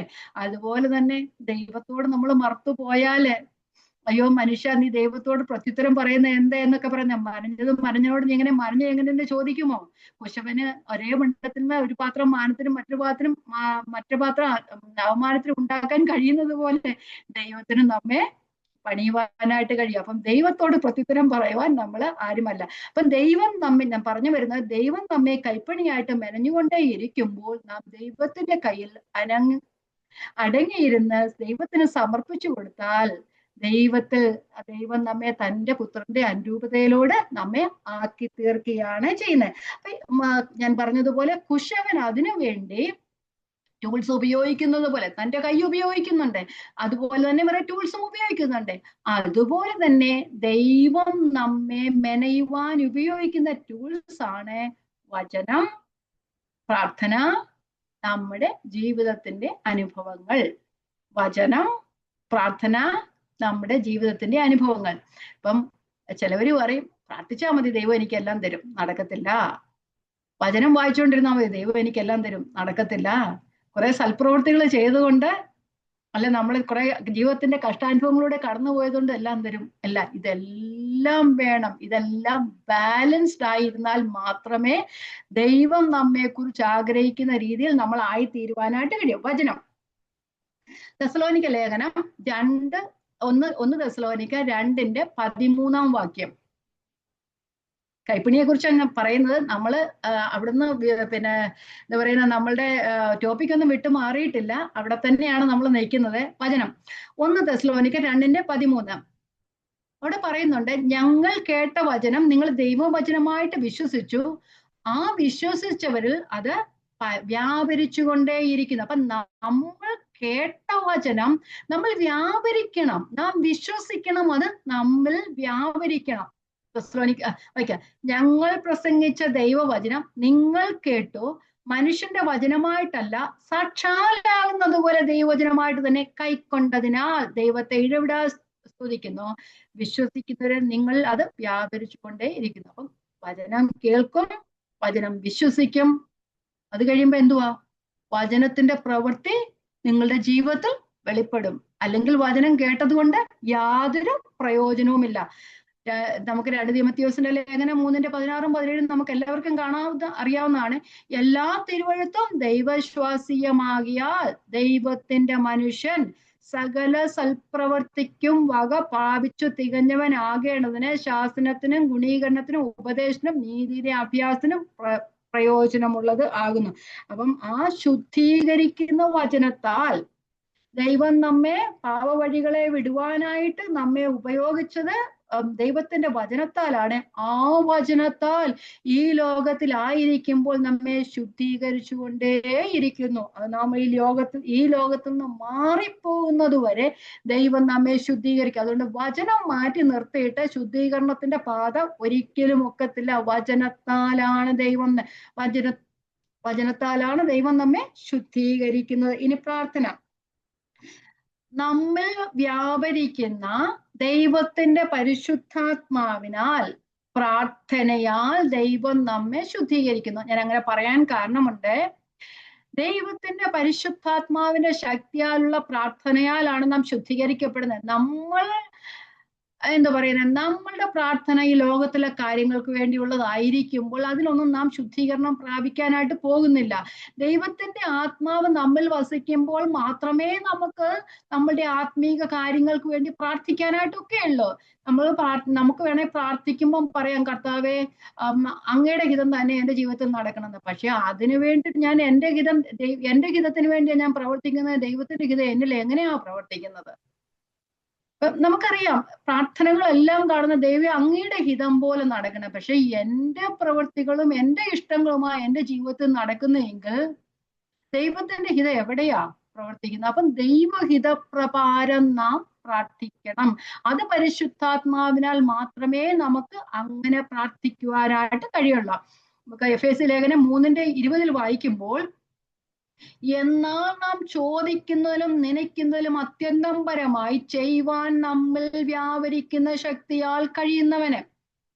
എന്ന് വെച്ചാൽ നമ്മൾ കഴിഞ്ഞ ക്ലാസ്സിലും പറഞ്ഞ ക്രിസ്തുവിനെ മരിച്ചവരിൽ നിന്ന് ഉയർപ്പിച്ച ഒരു ശക്തി, ആ ശക്തി നമ്മിലും വ്യാപരിക്കുന്നത് കൊണ്ട് നാം ചിന്തിക്കുന്നതിലും നനയ്ക്കുന്നതിലും അത്യന്തം പരമായി നമ്മിൽ വ്യാപരിക്കുന്ന ശക്തിയാൽ കഴിയുന്നവന്. അപ്പം ദൈവത്തിന്റെ ആത്മാവിനാൽ നമ്മളുടെ ലൗകിക കാര്യങ്ങൾക്ക് വേണ്ടിയല്ല, നമ്മളുടെ ആത്മീക കാര്യങ്ങൾക്ക് വേണ്ടി നാം ദൈവത്തോട് പ്രാർത്ഥിക്കാനായിട്ട് ഇടയായിത്തരും. കഴിഞ്ഞ ക്ലാസ്സിൽ ഞാൻ പറഞ്ഞതുപോലെ ദാഹിക്കുന്നവന് മാത്രമേ വെള്ളത്തിന്റെ ആവശ്യമുള്ളൂ. ദൈവത്തിന്റെ ആത്മാവ് നമ്മുടെ ഉള്ളിലിരുന്ന് ആത്മീക കാര്യങ്ങളെ കുറിച്ച് നമുക്ക് ദാഹമുളവാക്കി തരുമ്പോൾ നാം അതിനു വേണ്ടി പ്രാർത്ഥിക്കുവാനായിട്ട് ഇടയായിത്തീരും. റോമർ 8:26-27. ഔവണ്ണം തന്നെ ആത്മാവ് നമ്മുടെ ബലഹീനതയ്ക്ക് തുണ നിൽക്കുന്നു. നമ്മൾ ലോകത്തിലുള്ളത് പ്രാർത്ഥിക്കാൻ ആഗ്രഹിക്കുമ്പോൾ ദൈവത്തിന്റെ ആത്മാവ് ദൈവത്തിനുള്ളത് പ്രാർത്ഥിക്കാനായിട്ട് നമ്മൾക്ക് കൃപ നൽകുന്നു. വേണ്ടും പോലെ പ്രാർത്ഥിക്കേണ്ടെന്ന് നാം അറിയുന്നില്ലല്ലോ. നമുക്കറിയത്തില്ലല്ലോ വേണ്ടും പോലെ എന്താ പ്രാർത്ഥിക്കാൻ, ദൈവത്തിന്റെ ഇഷ്ടം അറിഞ്ഞ് ആത്മാവ് തന്നെ ഉച്ചരിച്ചുകൂടാത്ത ഞരക്കങ്ങളാൽ നമുക്ക് വേണ്ടി പക്ഷപാതം ചെയ്യുന്നു. അപ്പൊ ഇങ്ങനെ പ്രാർത്ഥിക്കണമെങ്കിൽ നമ്മളുടെ ഹൃദയത്തിൽ ദൈവത്തിന്റെ വചനം വന്നാലേ സാധിക്കുകയുള്ളൂ. ദൈവത്തിന്റെ വചനം മാൻനീർത്തോടുകളിലേക്ക് ചെല്ലുന്നത് പോലെ എൻ്റെ ആത്മാവ് നിന്നോട് ചേരുവാൻ കാക്ഷിക്കുന്നു എന്ന് സങ്കീർത്തനക്കാരൻ തന്നെ പറയുന്നുണ്ടല്ലേ. അങ്ങനെയെങ്കിൽ നമ്മൾ ദൈവത്തിന്റെ വചനം വായിക്കുന്നതിലൂടെ മാത്രമേ ആത്മീക കാര്യങ്ങളെ കുറിച്ച് നമുക്ക് ദാഹമുണ്ടത്തുള്ളൂ. അങ്ങനെ ദാഹം വന്നാൽ മാത്രമേ നമ്മൾ അതിനായിട്ട് പ്രാർത്ഥിക്കത്തുള്ളൂ. അപ്പം ദൈവത്തിന്റെ ആത്മാവാണ് ദൈവത്തിന്റെ വചനം വായിക്കുവാനും ആത്മാവിനാൽ പ്രാർത്ഥിപ്പാനും നമുക്ക് വേണ്ടുന്ന ആത്മീക കാര്യങ്ങളെ കുറിച്ച് പ്രാർത്ഥിക്കാനും നമുക്ക് ഇടയാകത്തുള്ളൂ. 27, എന്നാൽ വിശുദ്ധന്മാർക്ക് വേണ്ടി ദൈവഹിതപ്രകാരം, നാം പറയുന്നു കർത്താവെ നിന്റെ ഹിതം പോലെ ഞങ്ങളെ നടത്തണേ. ദൈവഹിതപ്രകാരം പക്ഷപാതം ചെയ്യുന്നത് കൊണ്ട് ആത്മാവിന്റെ ചിന്ത ഇന്നതെന്ന്. മനുഷ്യന്റെ ചിന്ത, നമ്മുടെ ചിന്തയല്ല, ആത്മാവിന്റെ ചിന്ത ഇന്നതെന്ന് ഹൃദയങ്ങളെ പരിശോധിക്കുന്നവൻ അറിയുന്നു. അങ്ങനെ വരുമ്പോൾ ആത്മാവിന്റെ ചിന്ത എന്താണെന്ന് 30-ാമത്തെ വാക്യത്തിൽ പറയും. 29, 29, 30 വാക്യങ്ങൾ ആത്മാവിന്റെ ചിന്ത എന്താണെന്ന് പറയുന്നുണ്ട്. നമ്മൾ എപ്പോഴും പറയുന്ന ഒരു വാക്യമാണ് 8:28 അല്ലെ, റോമർ 8:28. എന്നാൽ ദൈവത്തെ സ്നേഹിക്കുന്നവർക്ക്, നിർണയപ്രകാരം വിളിക്കപ്പെട്ടവർക്ക് സകലവും നന്മയ്ക്കായി കൂടി വ്യാപിക്കും. ഏത്? ഈ പ്രാർത്ഥന. ഈ പ്രാർത്ഥന, പരിശുദ്ധാത്മാവിനുള്ള പ്രാർത്ഥന നന്മയ്ക്കായി കൂടി വ്യാപരിക്കുന്നു. ഏത് നന്മ? അവൻ മുന്നറിഞ്ഞവരെ തന്റെ പുത്രൻ അനേകം സഹോദരന്മാരിൽ ആദ്യജാതനാകേണ്ടതിന് അവന്റെ സ്വരൂപത്തോട് അനുരൂപമാകുവാൻ മുൻ നിയമിച്ചിരിക്കുന്നു. മുൻ നിയമിച്ചവരെ വിളിച്ചും വിളിച്ചവരെ നീതീകരിച്ചും നീതീകരിച്ചവരെ തേജസ്കരിച്ചും ഇരിക്കുന്നു. അപ്പൊ ഏതാണ് നന്മ? പുത്രന്റെ സ്വരൂപത്തോട് അനുരൂപമാകുക. അപ്പൊ അതിനു വേണ്ടി എന്താ ചെയ്യുന്നത്? ആത്മാവ് നമുക്ക് വേണ്ടി പ്രാർത്ഥിക്കുന്നു. അങ്ങനെ വരുമ്പോൾ ഇതെല്ലാം എന്തിനായി വരുന്നത്? നമ്മുടെ നന്മയ്ക്കായി കൂടി വ്യാപരിക്കുന്നു. അപ്പൊ ഈ ദൈവത്തിന്റെ വചനവും, ലിങ്ക് മനസ്സിലായോ? ആ ദൈവത്തിന്റെ വചനവും ആ ദൈവത്തിന്റെ പരിശുദ്ധാവും നമ്മൾ പ്രവർത്തിക്കുമ്പോൾ അത് നന്മയ്ക്കായി പുത്രന്റെ തേജസ്സിനോട് അനുരൂപപ്പെടുവാൻ നമ്മെ പ്രാപ്തരാക്കുന്നു. അപ്പം ദൈവം നമ്മിൽ പ്രവർത്തിക്കുന്നതെല്ലാം നമ്മിൽ കൂടി നന്മയ്ക്കായി കൂടി വ്യാപരിക്കുന്നു. അപ്പൊ മനസ്സിലാവുന്നുണ്ടോ? നാം ദൈവത്തിന്റെ കൈപ്പണിയാണ്. ദൈവം നമ്മിൽ പ്രവർത്തിച്ചു കൊണ്ടേയിരിക്കുന്നു. അന്ന് ദൈവം തന്റെ കയ്യാല് മനുഷ്യനെ തന്റെ സ്വരൂപത്തിലും സാക്ഷ്യത്തിലും സൃഷ്ടിച്ചപ്പോൾ ഇന്ന് ദൈവം തന്റെ വചനത്താലും തന്റെ ആത്മാവിനാലും ദൈവം തന്നിരിക്കുന്ന ടൂൾസ് ഉപയോഗിച്ച് നമ്മെ പണിതുകൊണ്ടേയിരിക്കുന്നു. അതിലെ 1 ദൈവത്തിന്റെ വചനം, 2 ആത്മാവിനാലുള്ള പ്രാർത്ഥന. നമുക്കറിയാം പോള് എഫെസോസിലെ വിശുദ്ധന്മാർക്ക് വേണ്ടി പ്രാർത്ഥിക്കുന്ന 1-ാം അധ്യായത്തിൽ നാം കണ്ടു, നിങ്ങൾ എന്താ പറയുന്ന ആ വിശുദ്ധി പ്രാപിക്കണം, ദൈവത്തിന്റെ പരിജ്ഞാനത്തിൽ വളരണം. നമ്മള് അകത്ത മനുഷ്യൻ നമ്മള് ദൈവത്തിന്റെ പരിജ്ഞാനത്തിൽ വളരണം. അവന്റെ ബലത്തിന് വല്ലഭത്താലുള്ള ആശയെന്ന് നാം അറിയണം. അങ്ങനെ നമ്മൾ വ്യാപരിക്കുന്ന ദൈവത്തിന്റെ ശക്തി എന്നറിയണം. ഇതെല്ലാം നാം അറിയേണ്ടതിന് വേണ്ടി പ്രാർത്ഥിക്കാൻ പറയുമ്പോൾ നമ്മള് 3-ാം അധ്യായം വരുമ്പോൾ അടുത്തൊരു പ്രാർത്ഥനയുണ്ട്. അതിലും വലിയൊരു പ്രാർത്ഥനയായിട്ടാണ് നമുക്കത് കാണുന്നത്. അത് എന്തുവാ പറയുന്നത്? അകത്ത മനുഷ്യൻ ബലപ്പെടണം. ആ അകത്ത മനുഷ്യൻ ശക്തിയോട് ബലപ്പെട്ടിട്ട് ക്രിസ്തു വിശ്വാസം നിങ്ങളുടെ ഹൃദയങ്ങളിൽ വളരുവാനായിട്ട് ബലം നൽകണം. അതുപോലെ തന്നെ സ്നേഹത്തിൽ നിങ്ങൾ അടിസ്ഥാനപ്പെടണം.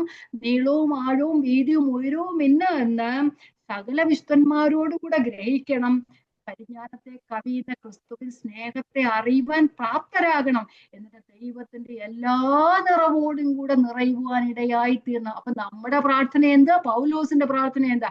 ഈ പ്രാർത്ഥനകളെല്ലാം നമുക്ക് എഴുതി തന്നിരിക്കുന്നത് നാം ദൈവത്തിന്റെ എല്ലാ പരിജ്ഞാനത്തോടും നിറഞ്ഞു വരണം. ദൈവത്തിന്റെ എല്ലാ നിറവിനോടും നാം നിറഞ്ഞു വരണം. പുത്രന്റെ അരൂപതയിൽ നാം എത്തിച്ചേരണമെങ്കിൽ ദൈവം നമ്മിൽ ഓരോ ടൂൾസും ഉപയോഗിച്ചു കൊണ്ടേയിരിക്കും. അപ്പം നമുക്ക് ദൈവവചന ധ്യാനത്തിനും പ്രാർത്ഥനയ്ക്കും സമയം കണ്ടെത്തേണ്ടത് അത്യാവശ്യമായ കാര്യമാണ്.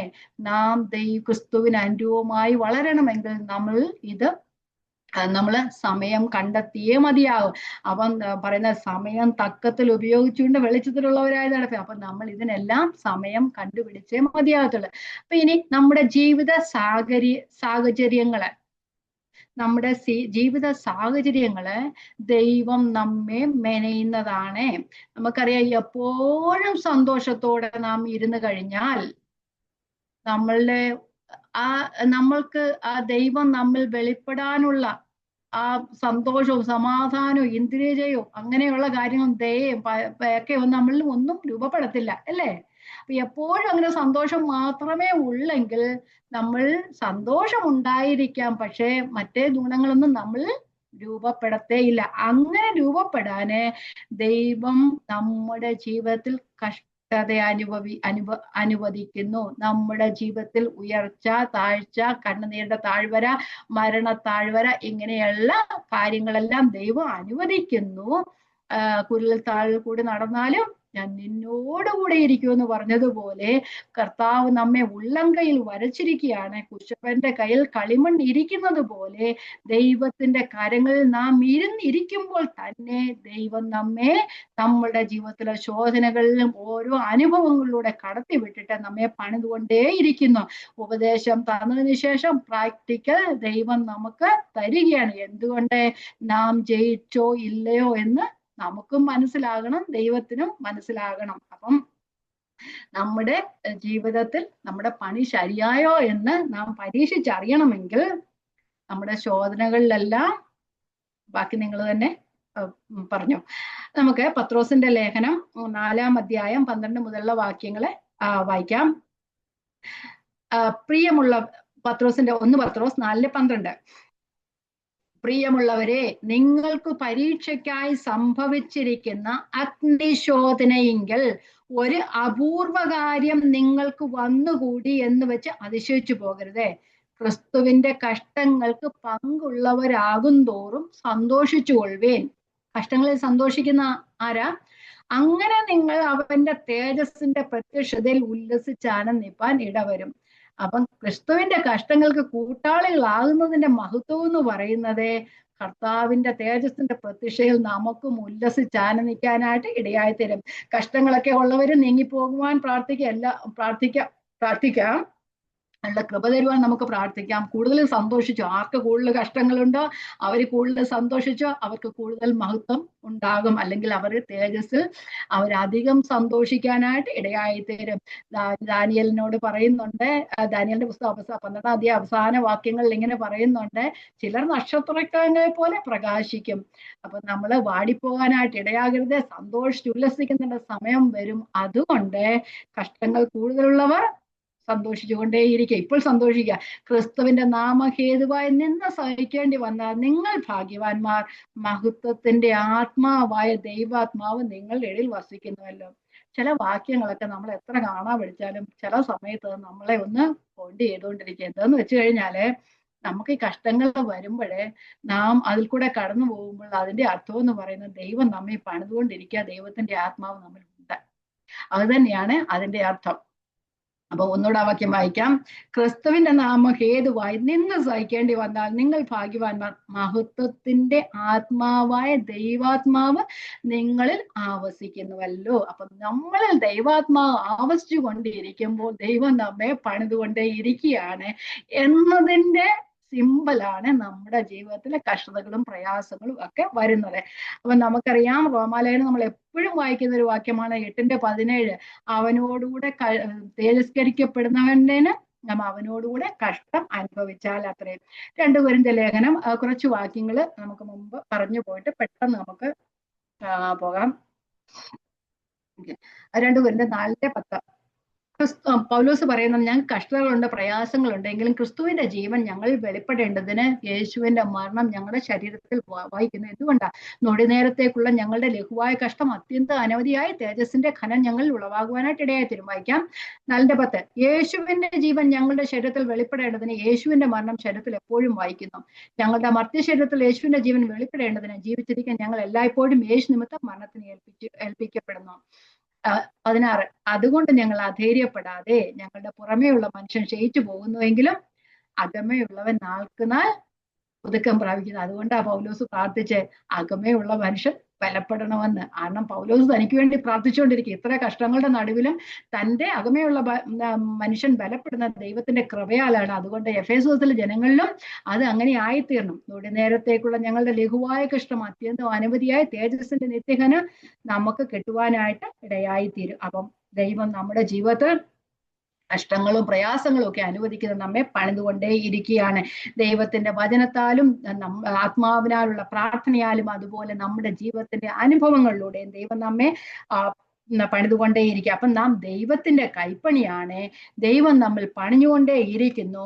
ദൈവം നമ്മെ കൈപ്പണിയാക്കുന്നത് സൽപ്രവർത്തികൾക്കായിട്ടാണ്. നമ്മൾ പുത്രന്റെ അനുരൂപം ആകണം. അത് നമ്മളെ പുത്രന്റെ അനുരൂപമാവണം. അത് അന്ന് അന്ത്യകാലത്തേക്കുള്ളതാണ്. പക്ഷെ ഇപ്പോഴും അത് നമ്മൾ വെളിപ്പെട്ടുകൊണ്ടേ ഇരിക്കണം. അതാണ് ഇവിടെ പറയുന്നത്. നമ്മേൽ കർത്താവ് പണിഞ്ഞുകൊണ്ടേ ഇരിക്കുന്നത് നാം പ്രവൃത്തികൾ ചെയ്യാൻ വേണ്ടിയാണ്. എന്ന് വെച്ചാൽ നമ്മൾ നല്ല ഫലം പുറപ്പെടുവിക്കാനായിട്ടാണ്. നമുക്കൊന്ന് നോക്കുകയാണെങ്കിൽ നമ്മുടെ ജീവിതത്തിൽ ദൈവം കഷ്ടത അനുഭവിക്കുന്നത് നാം സൽപ്രവൃത്തികൾ അല്ലെ നല്ലവരായിരിക്കാൻ, സൽപ്രവൃത്തികളായിരിക്കും, ദൈവത്തിന് വേണ്ടി ഉപയോഗപ്പെടുന്ന മാനപാത്രങ്ങളായിരിക്കാൻ വേണ്ടിയാണ്. നമ്മൾ എക്സാമ്പിൾ പറഞ്ഞു കഴിഞ്ഞാൽ നമുക്ക് മനസ്സിലാകുവാൻ കഴിയും. മോശയുടെ ജീവിതം 1 മുതൽ 40 വയസ്സ് വരെയുള്ള ജീവിതം മിസ്രൈമിലെ രാജകൊട്ടാരത്തിലായിരുന്നു. മിസ്രൈമിലെ സകല വിദ്യകളും അഭ്യസിച്ചു. പക്ഷെ 40 മുതൽ 80 വരെയുള്ള വർഷം എവിടെയായിരുന്നു? അത് ആ വനപ്രദേശത്തായിരുന്നു, അല്ലെ? ആ മരുഭൂമിയിലായിരുന്നു. ആ മരുഭൂമിയിൽ ആ ജീവിതം, പരുക്കമായ ജീവിതത്താലാണ് മോശ ദൈവത്തിന് പ്രയോജനപ്പെടുവാനായിട്ട് ഇടയായിട്ടുള്ളത്. മിസ്രൈമിൽ നിന്ന് ജനത്തെ വീണ്ടെടുക്കാനായിട്ട് മോശ, ആ പരുക്കനായ മോശയിലൂടെയാണ് ദൈവം ഉപയോഗിച്ചത്. അപ്പം 40 വർഷം ആദ്യം ദൈവം എല്ലാം മോശയെ പഠിപ്പിച്ചു. കാരണം മിസ്രൈമിലെ രാജാവിന്റെ സന്നിധിയിൽ നിന്നാ വിട്ടുകൊണ്ട് പോരണ്ടേ ഇങ്ങോട്ട്. അതുകൊണ്ട് 1 മുതൽ 40 വരെയുള്ള വർഷങ്ങളിൽ മിസ്രൈമിലെ എല്ലാ കാര്യങ്ങളെയും പഠിപ്പിച്ചു. എങ്ങനെ രാജകൊട്ടാരത്തിൽ ചെന്ന്, സാധാരണ മനുഷ്യന് രാജകൊട്ടാരത്തിൽ കയറി ചെല്ലാൻ ഒക്കുവോ? അങ്ങനെയല്ല. അങ്ങനെ ഒരാളെ അവിടുത്തെ വിദ്യകളെല്ലാം പഠിപ്പിച്ച് രാജസംഘത്തിൽ പോകേണ്ട എങ്ങനെയൊക്കെയാണെന്ന് പഠിപ്പിച്ചു കഴിഞ്ഞിട്ട് ദൈവം ആ മരുഭൂമിയുടെ അനുഭവത്തിലേക്ക് കടന്നുപോവുകയും അങ്ങനെ അറിയാം. നമുക്കറിയാമല്ലോ 40-ാമത്തെ വയസ്സിൽ എന്തുവാ ചെയ്തതെന്ന്. അപ്പൊ അത് ഒരു മിസ്രൈമിനെ തല്ലിക്കൊന്നു. അങ്ങനെയൊന്നും പോയാൽ ശരിയാകത്തില്ലെന്ന് ദൈവത്തിനറിയാം. അത് 40 വർഷം ദൈവം ഒരു പരുക്കമായ ഒരു ജീവിതം കൊടുത്തിട്ട് അത് കഴിഞ്ഞിട്ട് മോശയെ ദൈവത്തിന്റെ കാര്യത്തിന് വേണ്ടി മിസ്രൈമിലേക്ക് അയക്കുകയും ദൈവജനതയുടെ വിടുതലിന് വേണ്ടി ഉപയോഗിക്കുകയാണ് ചെയ്തത്. അതുപോലെ നമ്മൾ നോക്കിയാലും ദാവീദിന്റെ ജീവിതത്തിൽ ഒരു പരുക്കമായ ഒരു സമയമുണ്ടായിരുന്നു. മാതാപിതാക്കളാലും സഹോദരങ്ങളാലും ത്യജിക്കപ്പെട്ട ഒരു സ്ഥലം, കാടിന്റെ വനാന്തര പ്രദേശങ്ങളായിരുന്ന സമയത്ത് അങ്ങനെയുള്ള സമയങ്ങൾ. അത് കഴിഞ്ഞിട്ടാണ് പറയുന്നുണ്ട്, ഇടയച്ചക്കനായ നിന്നെ ഞാൻ ഇസ്രയേലിന്റെ സിംഹാസനത്തിലാക്കിയിരിക്കുന്നു എന്ന് പറയുന്നത്. അതും ദൈവം അവിടെ പണിയുകയാണ് ചെയ്തത്. അതുപോലെ തന്നെ യോസഫിന്റെ ജീവിതത്തിൽ നോക്കിയാൽ തടവറയുടെ 13 വർഷങ്ങൾ, ആ അവസ്ഥയിലെല്ലാം യോസഫിനെ ദൈവത്തിനു വേണ്ടി പണിതുകൊണ്ടേയിരിക്കുകയാണ്. അപ്പം അവരുടെ ജീവിതത്തിലൊക്കെ അവരും ദൈവത്തിനു വേണ്ടി പ്രയോജനപ്പെടുകയായിരുന്നു. മോശ തന്റെ ജനത്തെ വീണ്ടെടുക്കുവാനായി ദൈവപ്രവൃത്തി ചെയ്തു. ദാവീദ് തന്റെ ജനത്തെ ഭരിക്കുവാനായിട്ട് രാജസിംഹാസനത്തിലിരുന്നു. അതുപോലെ തന്നെ യോസഫും തന്റെ ജനത്തിനു വേണ്ടി അവിടെ ഫറവോന്റെ രണ്ടാമനായി അവിടെ പ്രവർത്തിച്ചുകൊണ്ടേയിരുന്നു. അപ്പം യോസഫിലൂടെയാണ് ദൈവം ഇസ്രയേൽ ജനത്തെ മിസ്രൈമിലേക്ക് കൊണ്ടുവരുന്നത്. അങ്ങനെയെല്ലാം ദൈവത്തിന്റെ പണി അവരിലൂടെ പ്രവർത്തിച്ചുകൊണ്ടേ ഇരിക്കുക. ദൈവം അവരെ പണിഞ്ഞു, അവരിലൂടെ ദൈവം പ്രവർത്തിച്ചുകൊണ്ടേ ഇരിക്കുന്നു. അതുപോലെ നാം പാപികളായിരുന്ന നമ്മൾ ഒരു പ്രവൃത്തിക്കും യോഗ്യതയില്ലായിരുന്നു. ദൈവം നമ്മെ വിളിച്ചിട്ട് നമ്മിലും കൂടെ പ്രവർത്തിച്ചു കൊണ്ടേ ഇരിക്കുകയാണ്. നമ്മുടെ പ്രവൃത്തികൾ നിമിത്തമല്ല, നമ്മുടെ പ്രവൃത്തികളെല്ലാം ദൈവത്തിന്റെ സന്നിധിയിൽ കറ പുരണ്ട തുണികൾ പോലെയാണ്. പക്ഷെ ദൈവം നമുക്കറിയാം ഒരു ചെടിയുടെ നോക്കുകയാണെങ്കിൽ ചെടിയുടെ ഫലം എന്ന് പറയുന്നത് എന്താ പറയുന്നത് അത് സൽപ്രവൃത്തികൾ ആലോചിച്ച് പറയട്ടെ വേരിൽ ചെടിയുടെ ഫലം എന്ന് പറയുന്നത് വേരിൽ നിൽക്കുന്നത് കൊണ്ടുണ്ടാകുന്നു അല്ലേ, അല്ലാതെ ഫലം തന്നെ കൊമ്പുകൾക്ക് ഫലം പുറപ്പെടുവിക്കാനായിട്ട് ഒക്കത്തില്ല. അതുപോലെ തന്നെ ക്രിസ്തുവിലായിരിക്കും നമ്മളുടെ ദൈവം ഫലം പുറപ്പെടുവിക്കാനായിട്ട് ഇടയായിത്തീരും. അപ്പൊ നമ്മുടെ രക്ഷ പ്രവൃത്തികളല്ലെങ്കിലും രക്ഷിക്കപ്പെട്ടവർ ആ പ്രവൃത്തി ചെയ്തുകൊണ്ടേ ഇരിക്കണം. അപ്പം സൽപ്രവൃത്തികൾ നമ്മൾ ഉണ്ടാകണം. ആത്മാവിന്റെ ഫലം ഞാൻ പെട്ടെന്ന് പോവുകയാണ്, എനിക്ക് ഇവിടെ തീർക്കണമെന്നില്ല, 4-6 മിനിറ്റ് എടുക്കും ഈ വാക്യം തീർക്കാൻ വേണ്ടിയിട്ട്. അപ്പം ദൈവം നമ്മൾ രക്ഷയ്ക്ക് വേണ്ടി നമ്മൾ പ്രവർത്തിച്ചു. ഇപ്പൊ ദൈവം നമുക്ക് വേണ്ടി പ്രവർത്തിച്ചു, ഇനി ദൈവം നമ്മിൽ കൂടി പ്രവർത്തിച്ചുകൊണ്ടേ ഇരിക്കുന്നു. നമ്മൾ ആത്മാവിന്റെ ഫലം നമ്മൾ പുറപ്പെടുവിച്ചുകൊണ്ടേയിരിക്കുന്നു. ഫിലിപ്പിലെ വായിക്കാതെ പോവുകയാണ്. ഫിലിപ്പിലേഖനത്തിൽ പറയുന്നത് നമ്മൾ നല്ല പ്രവൃത്തി ആരംഭിച്ചു ക്രിസ്തുവിന്റെ നാളോളം അതിനെ തികയ്ക്കുമെന്ന് പറയുന്നു. അപ്പൊ നാം സൽപ്രവൃത്തികൾക്കായി സൃഷ്ടിക്കപ്പെട്ടവരാണ്. തീത്തോസിനെ വായിക്കുന്നില്ല, തീത്തോസിന്റെ 2:14 പറയുന്നുണ്ട്, സൽപ്രവൃത്തികളാൽ ശുഷ്കാന്തിയുള്ള ഒരു ജനമാകേണ്ട ദൈവം നമ്മെ സൃഷ്ടിച്ചിരിക്കുന്നു. നാം സൽപ്രവൃത്തികൾ ശുഷ്കാന്തികളായിത്തീരണം ഉള്ളവരായിത്തീരണം. യാക്കോബിന്റെ ലേഖനം 2:14 മുതൽ 16 വരെയുള്ള വാക്യങ്ങൾ ഞാൻ വായിക്കുന്നില്ല, അതും സമയമില്ലാത്തതുകൊണ്ട് വായിക്കുന്നില്ല. അവിടെയും പറയുന്നത് നാം വിശ്വാസം പ്രവൃത്തിയിൽ കാണിക്കണം. അവിടെ പറയുന്നുണ്ട് വിശ്വാസവും പ്രവൃത്തികൾ ആയാൽ സ്വതവേ നിർജീവമാകുന്നു. അപ്പം വിശ്വാസം പ്രവൃത്തിയിൽ കാണിച്ചില്ലെങ്കിൽ നമ്മുടെ പ്രവൃത്തിയൊക്കെ നിർജീവമാണ് എന്ന് പറയുന്നുണ്ട്. നമുക്ക് കൊരിന്ത്യർ ലേഖനം വരുമ്പോൾ 2 കൊരിന്ത്യർ 8-ാം അധ്യായത്തിൽ മക്കതോനിയ സഭകളെ കുറിച്ച് പറയുന്നുണ്ട്. അവർ കഷ്ടത എന്ന കഠിന ദാരിദ്ര്യത്തിലും അവരെ വിശുദ്ധന്മാരുടെ സഹായത്തിന് വേണ്ടി ധർമ്മം ശേഖരിക്കുവാനായിട്ട് ഇടയായിത്തീർന്നു. അവരുടെ ആ മഹാദാരിദ്ര്യവും സന്തോഷ സമൃദ്ധിയും എന്നാ പറയുന്നത്. അപ്പൊ ഇല്ലാതിരുന്നിട്ടും അവരിൽ ആ മഹാദാരിദ്ര്യം ഉണ്ടായിട്ടും അവർ സന്തോഷ സമൃദ്ധി എന്ന് വെച്ച് കഴിഞ്ഞാൽ ദൈവത്തിന്റെ ആ ഫലം അവരിൽ പുറപ്പെടുവാനായിട്ട് പ്രാപ്തിക്കും മീതെ അവർ സ്വമേധയാ കൊടുത്തെന്നാ പറയുന്നത്. അപ്പം പ്രാപ്തി ഉള്ളവർ കൊടുക്കാതിരിക്കുമ്പോൾ പ്രാപ്തി ഇല്ലാത്തവർ തങ്ങളുടെ പ്രാപ്തിക്കും മീതെ കൊടുത്തുകൊണ്ടേയിരുന്നു. നമുക്ക് 8:7 മാത്രം ഒന്ന് വായിക്കാം. 2 കൊരിന്ത്യർ 8:7 1, 2, 7, 9 വാക്യങ്ങളാണ്. ഞാൻ 7 മാത്രം വായിക്കാം. എന്നാൽ വിശ്വാസം, വചനം, പരിജ്ഞാനം, പൂർണ്ണ ജാഗ്രത, ഞങ്ങളുള്ള സ്നേഹം എല്ലാറ്റിലും നിങ്ങൾ മുന്തിയിരിക്കുന്നത് പോലെ ഈ ധർമ്മകാര്യത്തിലും മുന്തിയിരിക്കണം എന്ന് വെച്ച് കഴിഞ്ഞാല് വിശ്വാസം, വചനം, പരിജ്ഞാനം, പൂർണ്ണ ജാഗ്രത ഇതെല്ലാം നാം ചെയ്യുന്നത് പോലെ തന്നെ ആ ദാനം ചെയ്യുക, മറ്റുള്ളവരെ സഹായിക്കുക എന്നതും നമ്മൾ തെളിഞ്ഞു വരുന്ന സൽപ്രവൃത്തികളാണ്. അപ്പം ഇതെല്ലാം രക്ഷാപ്രവൃത്തിയാൽ അല്ലെങ്കിലും രക്ഷിക്കപ്പെട്ടവർ വിശ്വാസത്തിന്റെ അല്ലെങ്കിൽ രക്ഷയുടെ പ്രവൃത്തി ചെയ്തുകൊണ്ടേയിരിക്കും. അതുകൊണ്ടാണ് ഫിലിപ്പിലെ പറഞ്ഞത് നിങ്ങളുടെ രക്ഷയ്ക്കായി പ്രവർത്തിപ്പിൻ. രക്ഷ നമ്മുടെ പ്രവൃത്തി ഭാഗത്തിൽ കൊണ്ടുവരുവാൻ അത് ദൈവം മുന്നൊരുക്കിയിരിക്കുന്നു എന്നാണ് പറയുന്നത്. അപ്പൊ നാം രക്ഷിക്കപ്പെടുന്നതിന് മുൻപ് തന്നെ ദൈവം നമ്മെ കുറിച്ച് ഒരു പദ്ധതി രൂപീകരിക്കുന്നുണ്ട്, ഒരു രൂപരേഖ തയ്യാറാക്കുന്നുണ്ട്. അപ്പം നാം നമ്മെ കുറിച്ചുള്ള ദൈവ ഇഷ്ടം മനസ്സിലാക്കി പ്രവർത്തിക്കണം. നാം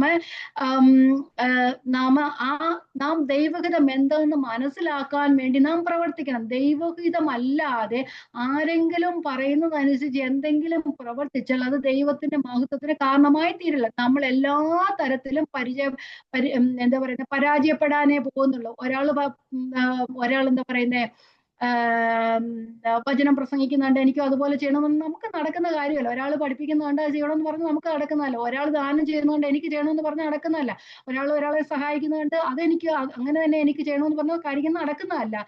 നാം നമ്മെ കുറിച്ചുള്ള ദൈവ പദ്ധതി നാം മനസ്സിലാക്കണം, പ്രാർത്ഥിക്കണം. ദൈവം നമ്മൾ അതിനു വേണ്ടിയുള്ള കൃപ നമ്മൾ ചെയ്തുകൊണ്ടേയിരിക്കും. ദൈവം നമുക്ക് മുന്നൊരുക്കി വെച്ചിരിക്കുന്ന കുറെ കാര്യങ്ങളുണ്ട്. അതിനു വേണ്ടി നാം ദൈവത്തോട് യാചിക്കണം. ആ ദൈവം പ്രാർത്ഥനയാൽ നമുക്കത് വെളിപ്പെടുത്തി തരും. അതുപോലെ തന്നെ നാം അത് നമുക്ക് വേണ്ടി വെച്ചിരിക്കുന്ന ആ പദ്ധതികൾ നമ്മുടെ ജീവിതത്തിൽ നടപ്പാക്കേണ്ടതിന് ദൈവം നമ്മളോടുകൂടെ പ്രവർത്തിച്ചു കൊണ്ടേയിരിക്കും. അതിനു വേണ്ടിയുള്ള ദൈവം നമുക്ക് കൃപ തരും. നമ്മള് 2 കൊരിന്ത്യർ 9:8 ഇങ്ങനെ പറയുന്നുണ്ട്. ഗലാത്യ മക്കെദോന്യ സഭകളെ കുറിച്ചൊക്കെ പറഞ്ഞിട്ട് നിങ്ങൾ സകലത്തിലും എപ്പോഴും പൂർണ്ണ തൃപ്തിയുള്ളവരായി സകല സൽപ്രവൃത്തിയിലും പെരുകി വരുമാറെ നിങ്ങളിൽ സകല കൃപയും പെരുക്കുവാൻ ദൈവം ശക്തനാണ്. അപ്പം ദൈവത്തിന്റെ കൃപയാൽ മാത്രമേ ദൈവത്തിന് ഇഷ്ടമുള്ള പ്രവൃത്തികൾ നമ്മുടെ ജീവിതത്തിൽ ചെയ്യുവാനായിട്ട് നമുക്ക് കഴിയുകയുള്ളൂ, പ്രവർത്തിക്കാൻ നമുക്ക് കഴിയുള്ളൂ. അപ്പം നിങ്ങൾ സകലത്തിൽ എപ്പോഴും പൂർണ്ണതൃപ്തിയുള്ളവരായി സകല സൽപ്രവൃത്തിയിലും പെരുകി പെരുമാറി നിങ്ങൾ സകല കൃപയും പെരുക്കുവാൻ ദൈവം ശക്തനാണ്. നമുക്കറിയാമല്ലോ, ചിലർ ഏത് ജോലിയിൽ പോയാലും സംതൃപ്തിയില്ല. ഒരു ജോലി ചെയ്യുവാണെങ്കിൽ ഒരു 10 ദിവസം കഴിയുമ്പോൾ അവിടുന്ന് മാറിപ്പോകും, അത് കഴിഞ്ഞ് വേറെടുത്ത് പോകും, ഒന്നിനും സംതൃപ്തി കാണാത്തവര്.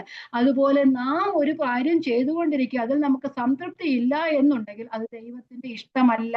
ഒരു ജോലിയിൽ തന്നെ സ്ഥിരം തുടരുകയാണെന്നെങ്കിലും ദൈവത്തിന്റെ കൃപ വേണം. ദൈവം നമ്മെ അവിടുന്ന് മാറ്റാൻ ആഗ്രഹിക്കുന്നുവെങ്കിൽ നമുക്കവിടെ സംതൃപ്തിയോടെ നിൽക്കുവാനായിട്ട് കഴിയില്ല. അത് ഓരോ പ്രവൃത്തികളും, നാം ചെയ്യുന്ന ഓരോ പ്രവൃത്തികളിലും ദൈവത്തിന്റെ ഇഷ്ടമില്ല എങ്കിൽ നമുക്ക് അവിടെ നിൽക്കുവാനായിട്ട് കഴിയുകയില്ല. അതുകൊണ്ടാണ് പറയുന്നത്, നാം ദൈവത്തിന്റെ ഹിതം എന്തെന്ന് അറിയുവാനായിട്ട് നാം പ്രാർത്ഥിക്കണം. നമ്മൾ ഓരോരുത്തരെയും കുറിച്ച് ദൈവത്തിന് ഓരോ പദ്ധതികളാ. നമ്മെ കുറിച്ച് ദൈവം ഒരു പദ്ധതി മുൻകണ്ടിരിക്കുന്നു. അത് അറിയുവാനും അതിനനുസരിച്ച് പ്രവർത്തിക്കുവാനും നാം ദൈവത്തോട് പ്രാർത്ഥിച്ചു കൊണ്ടേയിരിക്കും. അപ്പൊ നല്ല വൃക്ഷത്തിൽ നല്ല ഫലം കായ്ക്കുന്നത് പോലെ നമ്മിലെ പുതുജീവൻ നമ്മൾ നല്ല ഫലം പുറപ്പെടുവിക്കും. നാം ദൈവത്തിന്റെ കൈപ്പണിയായി ദൈവം നമ്മൾ പണിതുകൊണ്ടേ ഇരിക്കുന്നു. അതുകൊണ്ട് നാം അന്ത്യമായി ദൈവത്തിന്റെ പുത്രന്റെ അനുരൂപത്തോടായിത്തീരുമെങ്കിലും ഈ ലോകത്തിൽ നാം ജീവിക്കുമ്പോൾ നമ്മുടെ ജീവിതത്തിലും നല്ല പ്രവൃത്തികൾ വെളിപ്പെട്ടുകൊണ്ടേ ഇരിക്കണം. സൽപ്രവൃത്തികൾക്കായി ദൈവം നമ്മെ സൃഷ്ടിച്ചിരിക്കുന്നു. അതുകൊണ്ട് നാം ലോകത്തിന്റെ വെളിച്ചമാണ്. ഈ ലോകത്തിൽ നാം ജീവന്റെ വചനം പ്രമാണിച്ചുകൊണ്ട് ജോസുകളെ പോലെ പെരുമാറണം. എന്ന് വെച്ചാൽ ഇരുട്ടിൽ നിന്ന് നമ്മെ വെളിച്ചത്തിലാക്കി ചെയ്ത ദൈവം ഇരുട്ടിലുള്ളവർക്ക് വെളിച്ചം പകരുവാനായിട്ട് നമ്മെ വെളിച്ചമാക്കി വെച്ചിരിക്കുന്നു. അതുകൊണ്ട് നാം ഇരുട്ടിന്റെ നിഷ്ഫല പ്രവൃത്തികളെ വിട്ടുകളഞ്ഞ് വെളിച്ചത്തിലുള്ളവരായി നടക്കുവാനായിട്ട് ശ്രമിക്കണം. അപ്പം വചനം, പ്രാർത്ഥന, ദൈവം നമ്മുടെ ജീവിതത്തിലെ ഒരുക്കുന്ന അനുഭവങ്ങളൊക്കെ നമ്മെ പുത്രന്റെ അനുരൂപത്തിലേക്ക് നയിക്കുകയും അതോടൊപ്പം തന്നെ ഈ ലോകത്തിൽ ജീവിക്കുമ്പോൾ നാം ജോസുകളെ പോലെ ജീവന്റെ വചനം പ്രമാണിച്ചുകൊണ്ട് ഈ വക്രതയും കോട്ടവുമുള്ള ഈ തലമുറയുടെ നടുവിൽ നാം അനിന്ദരായി പരമാർത്ഥികളായി ദൈവത്തിന്റെ നിഷ്കള മക്കളായി ജീവിപ്പാൻ ദൈവം നമുക്ക് കൃപ നൽകും. അതിനുവേണ്ടി ദൈവം നമ്മെ ഒരുക്കിക്കൊണ്ടേയിരിക്കുന്നു. നാം ദൈവത്തിന്റെ മാസ്റ്റർ പീസ് ആണ്. നാം ദൈവത്തിന്റെ കൈപ്പണിയാണ്. നാം ദൈവത്തിന്റെ കരങ്ങളിൽ സമർപ്പിക്കപ്പെട്ടു പോയാൽ ഈ ജീവിതത്തിലാണേലും ദൈവം നമ്മെ കുറിച്ചുള്ള പദ്ധതി പൂർത്തിയാക്കുവാനായിട്ട് ദൈവം നമ്മൾ സകല കൃപയും പകരുവാൻ ദൈവം ശക്തനാണ്. അതിനുവേണ്ടി നമുക്ക് പ്രാർത്ഥിക്കാം. ഈ വചനങ്ങളാൽ ദൈവം നമ്മെ അനുഗ്രഹിക്കട്ടെ. ദൈവത്തിന്റെ നാമം വാഴ്ത്തപ്പെടുമാറാകട്ടെ. ദൈവത്തിന് സ്തോത്രം.